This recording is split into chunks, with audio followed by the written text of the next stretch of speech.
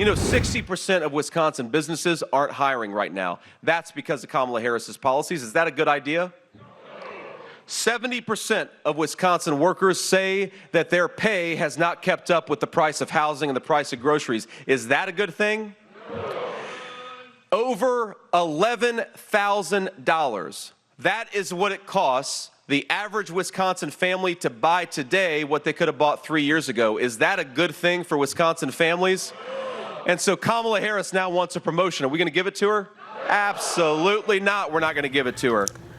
And that was Republican vice presidential nominee J.D. Vance campaigning in battleground Wisconsin last night, slamming Vice President Kamala Harris for economic policies he says are negatively impacting the state.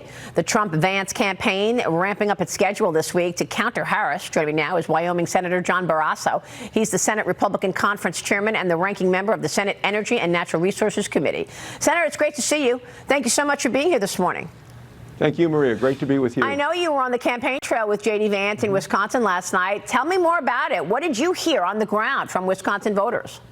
Well, lots of energy, lots of excitement for President Trump and for J.D. Vance and Republicans up and down the ticket. So it was terrific.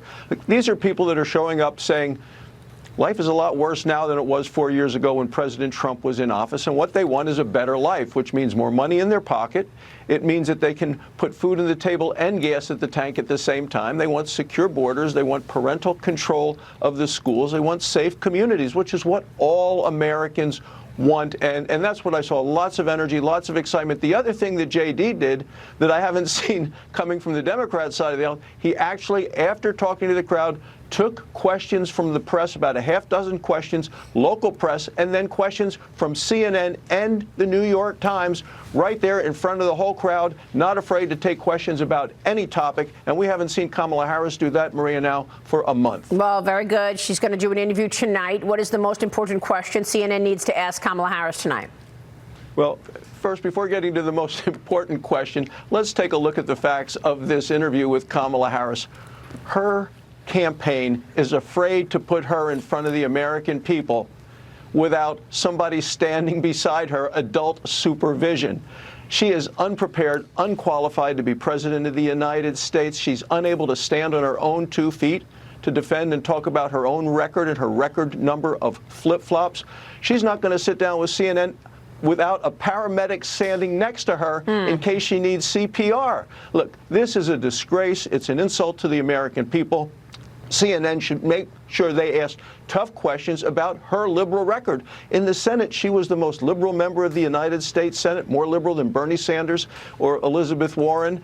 The fact that she signed into law, that she broke the tie on the legislation that brought us 40-year high inflation, cumulative prices up 20% since they took office. Yeah. The fact that she was the border czar, 10 million illegal immigrants. They need to ask her about all of these flip-flops, the positions that she was at, and if she's changed her position, why? What was wrong with the original positions? Because she is very, very dangerously liberal. I mean, it's interesting to me that you've got the Democrats trying to act like, oh, we want to turn the page.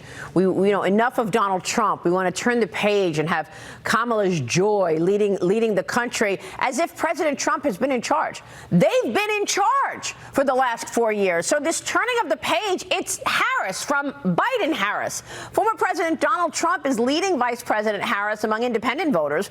A new YouGov poll finds 42% of independent voters say that they plan to vote for Trump, while 37% say they'll cast their vote for Harris. Harris, of course, is going to do this interview tonight, and the polls may very well come up. But this is the first time she's discussing anything in 40 days with CNN's Dana Bash tonight. She's been hounded for a solo appearance, as you just said, but she's got to have Tim Walz alongside her.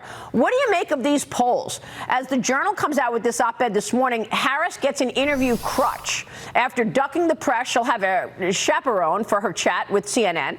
Senator, are you surprised that even after all we know about her performance as vice president these last 4 years, that the polls are still very tight?